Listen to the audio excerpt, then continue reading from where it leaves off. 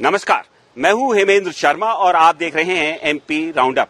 मध्य प्रदेश में 3 विधानसभा और 1 लोकसभा के लिए उपचुनाव होने जा रहे हैं। वोटिंग 30 अक्टूबर को होगी और नतीजे 2 नवंबर को आएंगे। वैसे इन चुनावों के नतीजों से मध्य प्रदेश में और केंद्र में भारतीय जनता पार्टी की सरकारों पर कोई असर नहीं पड़ेगा, लेकिन मुख्यमंत्री शिवराज सिंह चौहान की साख जरूर दांव पर है। ये चुनाव मध्य प्रदेश के 4 अलग अलग हिस्सों में हो रहे हैं, इसलिए ये कहा जा सकता है कि इनके नतीजों से मध्य प्रदेश के लोगों के मूड के बारे में पता चल सकता है। तो क्या चुनावों के नतीजों के बाद भारतीय जनता पार्टी शिवराज सिंह चौहान को बदलने का फैसला ले सकती है? वैसे शिवराज सिंह चौहान को बदलने के कयास पिछले कुछ समय से लगातार लगाए जा रहे हैं और इन कयासों के साथ साथ उनके संभावित सक्सेसर की भी चर्चा लगातार की जा रही है। और एक नाम है जो हर संभावित लिस्ट में मौजूद रहता है और उनका नाम है मध्य प्रदेश के गृह मंत्री नरोत्तम मिश्रा। वैसे नरोत्तम मिश्रा शिवराज सिंह चौहान के अघोषित नंबर 2 तो हैं ही हैं, लेकिन उसके साथ ही उनको हाल ही में भारतीय जनता पार्टी ने राष्ट्रीय कार्यकारिणी में भी शामिल किया है। नरोत्तम मिश्रा गृह मंत्री अमित शाह के भी बेहद करीबी माने जाते हैं। तो सवाल यह है कि यदि भारतीय जनता पार्टी 2023 में होने वाले चुनावों के लिए शिवराज चौहान की जगह किसी दूसरे चेहरे को सामने लाने का फैसला लेती है, तो क्या वो चेहरा नरोत्तम मिश्रा का हो सकता है? इस विषय पर हम विस्तार से चर्चा करेंगे सीनियर जर्नलिस्ट राकेश अग्निहोत्री के साथ, लेकिन उससे पहले एक नजर मध्य प्रदेश की बाकी अहम खबरों पर। बुरहानपुर में इंदौर इच्छापुर हाईवे पर झीरी गांव के पास कांग्रेस के स्टार कैंपेनर कंप्यूटर बाबा के वाहन को सोमवार को एक ट्रॉले ने टक्कर मार दी। हादसे में कंप्यूटर बाबा बाल बाल बच गए, लेकिन उनका ड्राइवर घायल हो गया। कंप्यूटर बाबा साधु संतों के साथ बुरहानपुर जिले के धूलकोट गांव में पूर्व मुख्यमंत्री कमलनाथ की सभा में शामिल होने जा रहे थे।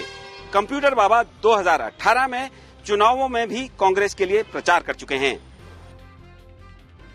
सीहोर में मंडी थाना के पास हुए एक सड़क हादसे का सीसीटीवी फुटेज सोशल मीडिया पे वायरल हो रहा है। वीडियो में एक तेज रफ्तार से चल रही कार का एक पिकअप वाहन के साथ हेड ऑन कोलिजन दिख रहा है। हादसे में कार बुरी तरह से क्षतिग्रस्त हो गई और 2 लोग गंभीर रूप से घायल हो गए। एक्सीडेंट 14 अक्टूबर को हुआ था, जिसका वीडियो अब वायरल हुआ है। डबरा के खेड़ी रायमल गांव से सरकार के विकास के दावों को एक्सपोज करने वाला एक मामला सामने आया है। दरअसल गांव के एक बुजुर्ग की बीमारी के चलते मौत हो गई, जिसके बाद अंतिम संस्कार के लिए परिजन और ग्रामीण अपनी जान जोखिम में डालकर बीच नदी से पानी में लगभग 1 किलोमीटर तैरकर मुक्तिधाम पहुंचे। ग्रामीणों का कहना है कि वो कई बार नदी के रास्ते पर पुल बनवाने के लिए प्रशासन को लिखित में आवेदन दे चुके हैं, लेकिन कहीं पर कोई सुनवाई नहीं हो रही है। ग्रामीणों का ये भी कहना है कि गांव में बरसात में अगर किसी की मौत हो जाती है तो नदी में पानी उतरने तक शव को घर पर ही रखना पड़ता है। लखीमपुर खीरी में किसानों की हत्या और 3 कृषि कानूनों के विरोध में किसान संगठनों द्वारा दी गई रेल रोको की कॉल के समर्थन में किसानों ने सोमवार को झाबुआ और ग्वालियर में रेल रोकने की कोशिश की। झाबुआ में किसान रेलवे ट्रैक पर बैठे प्रदर्शन करते हुए नजर आए, जबकि ग्वालियर में किसान संगठनों की अगुवाई में प्रदर्शनकारी जुलूस लेकर रेलवे स्टेशन पहुंचे।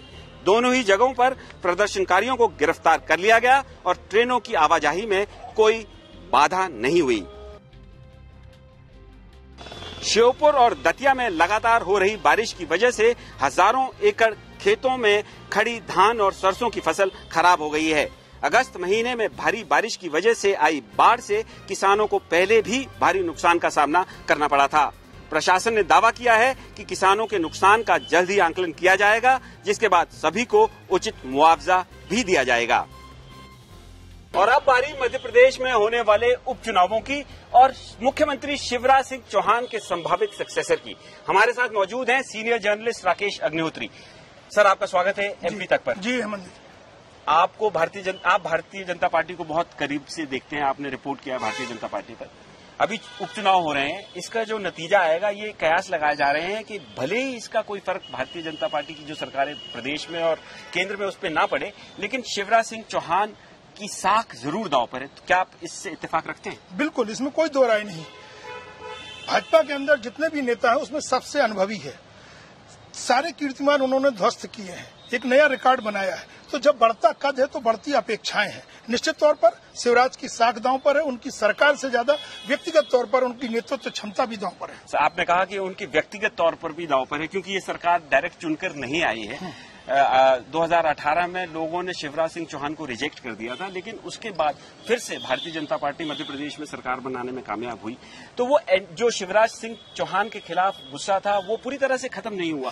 व्यक्तिगत साख आप कह रहे हैं, तो क्या जो पिछले 18-20 महीने में शिवराज सिंह चौहान ने सरकार बनाई है, क्या इसके ऊपर ये वोटिंग होगी? देखिए, समय काल परिस्थितियां, राजनीति में कहते हैं, पॉलिटिक्स में परसेप्शन और टाइमिंग बहुत मायने रखती है। जो बात आपने कही है कि कमलनाथ सरकार का तख्ता पलट, उसके बाद फिर 28 उपचुनाव मत भूलिए, क्योंकि वहां एक मौका था कमलनाथ के लिए वापसी का, क्योंकि तब 13-14 साल की जो भाजपा सरकार थी उनके खिलाफ एंटी इनकम्बेंसी थी, जो 2018 में उनको सत्ता से दूर कर दिया था। लेकिन 28 उपचुनाव के बाद सरकार स्थिर हो जाती है, लेकिन दमोह उपचुनाव हार जाती है। अगर आज कांग्रेस और कमलनाथ एक ही बात कहते हैं, वो दमोह पैटर्न है। वो दमोह पैटर्न है क्या? वो कांग्रेस मजबूत भले ना हो, लेकिन सरकार के खिलाफ एंटी इनकम्बेंसी, भाजपा की कमजोर कड़ियां, यही वो चीजें हैं जिसमें वो अपनी जीत तलाश रही है। क्योंकि कमलनाथ हो या पूरी कांग्रेस कहती है कि हमारा संगठन भाजपा के मुकाबले मजबूत नहीं है।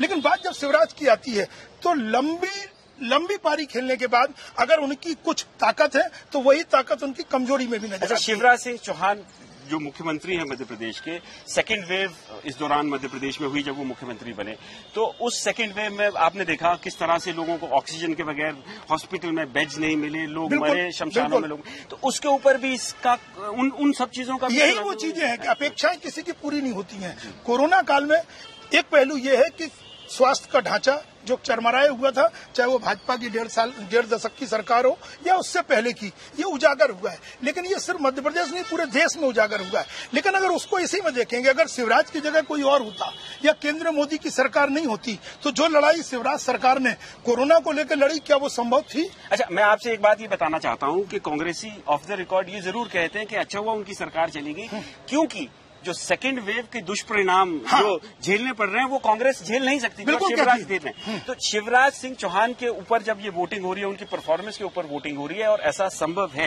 कि नतीजे हो सकता है उनके अनुसार ना आए, और अगर नतीजे उनके अनुसार नहीं आते हैं तो क्या भारतीय जनता पार्टी में जिस तरह से कयास लगातार पिछले दिनों से लगाए जा रहे हैं कि शिवराज सिंह चौहान को बदला जा सकता है, क्या वो स्थिति उत्पन्न हो सकती है? बिल्कुल हो सकती है, क्योंकि इससे पहले भी एक बार नहीं कई बार आए हैं। लेकिन वही शिवराज है, जब उसकी घेराबंदी होती तो वो बाहर निकलता है। अब आपको हेमंत जी यहाँ पे हेमंत जी ध्यान रखना पड़ेगा। निश्चित तौर पर 4 उपचुनाव में आपने शुरू में कहा है कि इसका गणित, इसकी जीत हार सरकार पर आंकड़े उसके कोई फर्क नहीं छोड़ते हैं, न मोदी सरकार के लिए है। लेकिन उसका दूसरा पहलू यह भी है कि एक परसेप्शन बनता है, क्या 2023 का नेतृत्व शिवराज के नेतृत्व में लड़ा जाएगा, जीता जाएगा? क्योंकि कई घटनाक्रम तेजी से बदले भी हैं। इन्हीं सभी सवालों के बीच तो एक बार फिर ये बात आएगी, लेकिन बात आएगी वहां ध्यान रखना होगा कि भाजपा का संगठन 4 उपचुनाव से आगे 2023 की तैयारी कर रहा है। अगर आप 4 उपचुनाव में देख रहे हो कि वो सिर्फ इन सीट पे फोकस नहीं है, अभी उसके बूथ स्तर की बैठकें सब शुरू होने वाली, वो पूरे प्रदेश में हो रही है, तो उसका टारगेट 2023 है। तो अगर 2023 टारगेट है और कोई चेहरा जो है भारतीय जनता पार्टी तय करती है कि वो शिवराज की जगह किसी और चेहरे को लाएंगे, हम ये सुनते रहते हैं, पॉलिटिकल सर्कल्स में सुनते रहते हैं कि बदला जा सकता है, और उसमें हर लिस्ट में एक नाम रहता है, वो है गृह मंत्री नरोत्तम मिश्रा। नो डाउट, नरोत्तम मिश्रा क्या वो एक कैंडिडेट है? बिल्कुल है, क्योंकि जब सरकार चली गई थी, सरकार नहीं बनी थी, उस समय तत्कालीन जो प्रदेश अध्यक्ष थे राकेश सिंह का ट्वीट देखिए आप, रात 12 बजे के बाद वो कहते हैं कि हम गवर्नर हाउस जाएंगे। तब शिवराज सिंह चौहान जो भी राष्ट्रीय नेतृत्व को भरोसे में ले कहते हैं हम सरकार नहीं बनाएंगे। ये कह सकते हैं कि परिस्थितियों ने उनको विवश किया हो, कुछ सीटें कम पड़ी हो, लेकिन सरकार में रहते सरकार बना लेना कोई नामुमकिन काम नहीं था। लेकिन अगर उस वक्त शिवराज ने सरकार नहीं बनाई या राष्ट्रीय हाईकमान ने नहीं बनने दी, तो ये शिवराज का कॉन्फिडेंस भी था ना कि 15 महीने हम देखते हैं, कुछ दिन बाद देखेंगे। लेकिन वो बात अलग है कि फिर परिस्थितियां बदली, तो अब आप उनके 15 महीने और ये आपके 18 महीने हो गए, यही उपचुनाव पे दांव पर है। अच्छा, लेकिन जो नरोत्तम मिश्रा का नाम आता है, एक तो ये भी कहा जाता है, उनको क्रेडिट दिया जाता है कि जब कमलनाथ की सरकार गिराई गई उसके पीछे बड़ा रोल जो है नरोत्तम मिश्रा ने, इसमें कोई दो राय नहीं है। जब देखिए ये आम आदमी को मालूम था, कमलनाथ और उनके सलाहकारों को क्यों नहीं मालूम था पता नहीं था, नरोत्तम मिश्रा से जब भी मिलो तो वो कहते थे कि सरकार होली तक की है, इस बात को गंभीरता से नहीं लेते। और आज मैं आपकी चर्चा में बताता हूं कि नरोत्तम मिश्रा ऑपरेशन लोटस, जब धारा 370 की बात चल रही थी कि संसद में वो पास होना है, उसके पहले गुड़गांव के एक होटल में कमलनाथ के विधायक 12 से 13 इकट्ठे थे, लीड नरोत्तम मिश्रा कर रहे थे। तो नरोत्तम मिश्रा को कहीं ना कहीं ये भी एश्योरेंस उस समय शायद दिया गया था कि बिना हाईकमान के बर्दाश्त के संभव नहीं था। तो लेकिन फिर उनको मुख्यमंत्री क्यों नहीं तो बनाया गया? ऑपरेशन सफल भी नहीं हुआ था, ये भी आप देखिए। तो जो अमित शाह हैं, जो राष्ट्रीय नेतृत्व है, वो एक लाइन पे काम नहीं करते हैं, सेकंड ऑप्शन लेके चलते हैं। उस वक्त सिंधिया के संपर्क में कैसे आया, कौन आया, एक लंबी बहस है, लेकिन सेकंड लाइन पे ये आगे निकल चुके थे क्योंकि कुछ विधायक नहीं पहुंचे थे। कमलनाथ ने खुद उस वक्त उन विधायकों से बात की थी जो होटल में थे। अच्छा, मैं आपसे ये सवाल करना चाहता हूं कि जब नरोत्तम मिश्रा जी की नाम की बारी बार बार आती है, चर्चा होती है, तो ऐसी कौन सी चीजें हो सकती हैं जो उनको मुख्यमंत्री बनने से रोक सकती हैं और जो उनके फेवर में है। चलिए अब इस पे हम एक एक करके बात करते हैं। जब राष्ट्रीय नेतृत्व मध्य प्रदेश को लेकर के कोई फैसला करेगा तो वो सिर्फ मध्य प्रदेश को नहीं देखेगा, वो समीपवर्ती राज्यों को देखेगा। जिन राज्यों में चुनाव होना है उसका आकलन होगा। आज जिस तरह से जो जातीय समीकरणों को दुरुस्त किया जा रहा है, सोशल इंजीनियरिंग पहले भी थी, गोविंदाचार्य के टाइम पे थी, लेकिन अब कौन ब्राह्मण, कौन दलित, कौन पिछड़ा, जब से पिछड़ा आया है तो ब्राह्मण पीछे छूटा है। ब्राह्मण नेता के तौर पर नो डाउट नरोत्तम मिश्रा एक करिश्माई व्यक्तित्व है, सदन के अंदर हो, सदन के बाहर हो।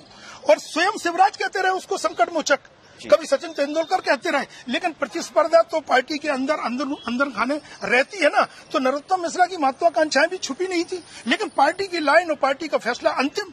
यदि राष्ट्रीय नेतृत्व फैसला करता तो कौन है आज की डेट में जो भी नहीं मानते, लेकिन पार्टी नेतृत्व ने कुछ सोचा होगा। 2023 दूर है, कई राज्यों के और ऑपरेशन होंगे या कहीं का और नब्ज पे वो हाथ रख रहे होंगे। तो आखिर में राकेश जी, मैं आपसे ये सवाल पूछना चाहता हूं कि नरोत्तम मिश्रा तो एक नाम है, लेकिन इनके अलावा और कौन कौन संभावित लोग हैं जो मुख्यमंत्री की दौड़ में हैं?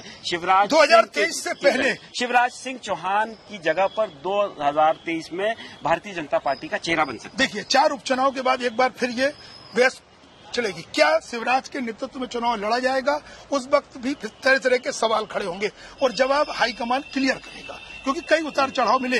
लेकिन इस वक्त अगर 2023 के पहले नेतृत्व परिवर्तन, तो अगर आप गुजरात देखिए तो बंद कमरे में वहां के चीफ मिनिस्टर को पता नहीं था, इस्तीफा हो गया।